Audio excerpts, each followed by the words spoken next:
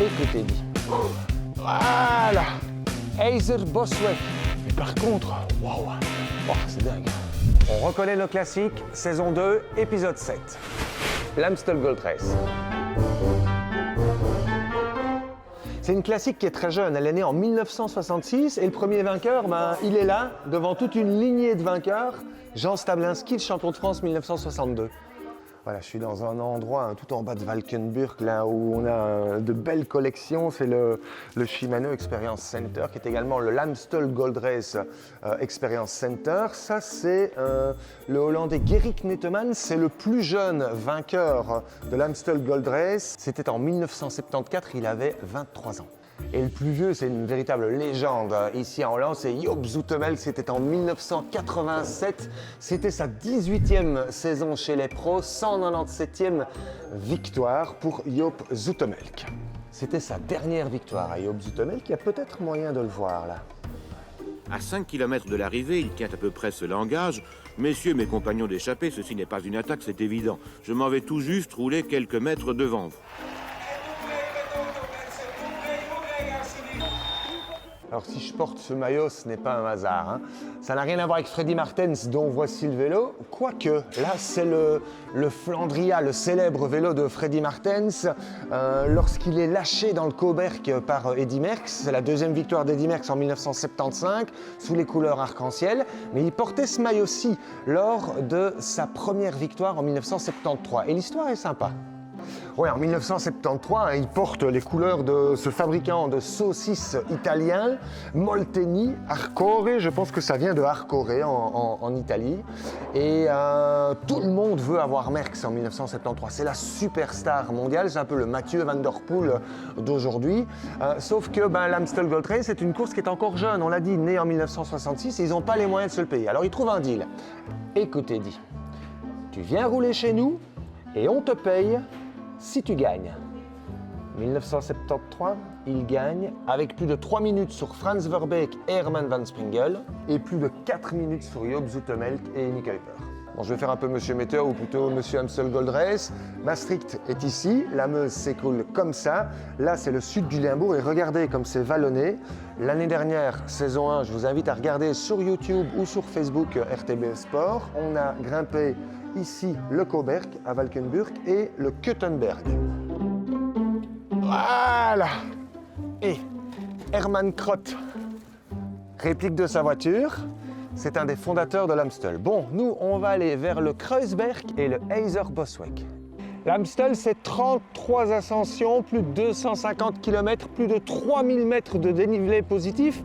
On le surnomme souvent le Tour des Flandres sans pavé.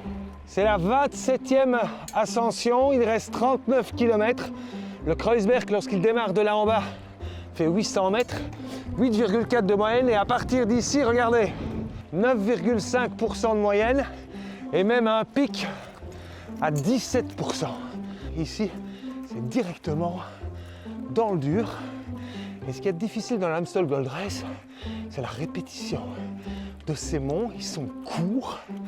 Mais par contre, waouh! Alors pourquoi on l'appelle Kruisberg? Kruisberg, ça veut dire le mont du carrefour. Parce qu'au sommet, apparemment, il y a un carrefour avec 6 embranchements. Voilà, c'est ici qu'on remet le grand plateau.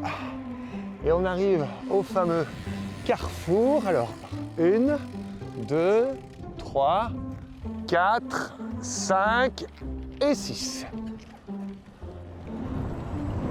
Alors le sommet, il est super exposé au vent et une des caractéristiques de cette course, c'est qu'on n'a jamais un moment de récupération.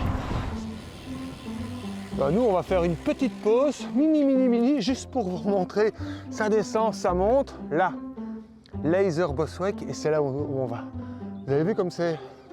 Wow, c'est dingue. Vous avez vu la qualité de ce ciel? C'est un peu comme la qualité des asphaltes ici en Hollande. Ce serait intéressant que nos élus viennent jeter un petit coup d'œil ou demander comment ils font, parce qu'en fait, ils gèlent de la même façon en hiver et il fait aussi chaud l'été. Et les températures, c'est kiff bourricot.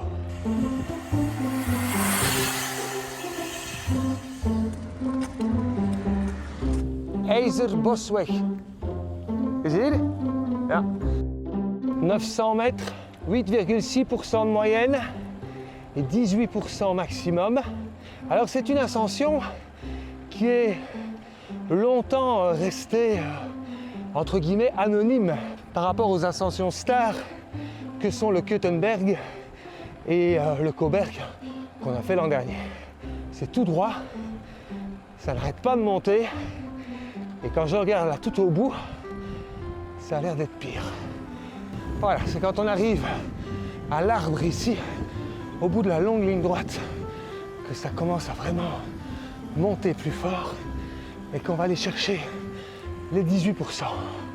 Voilà, et dès qu'on voit la campagne, le plus dur est passé. Celui qui me dit que la Hollande ils font du vélo parce que c'est le plat pays n'est jamais venu dans le labo. Where are you from? Baltimore, Maryland. Elle vient du Maryland aux États-Unis et elle nous a abordé avec toute la spontanéité et la fraîcheur des Américaines. Do you know that there is a story from the World War II from the US Army? No. As you can see, we have the tower for television and radio. Yeah. And here were the installation, the radar installation from US Army. Do you know the next classic after Amstel Gold Race? Yes. No, La Flèche Wallonne. Voilà. Yes, La Flèche Wallonne. Do you know where will be the finish line? It's the translation of yes in French.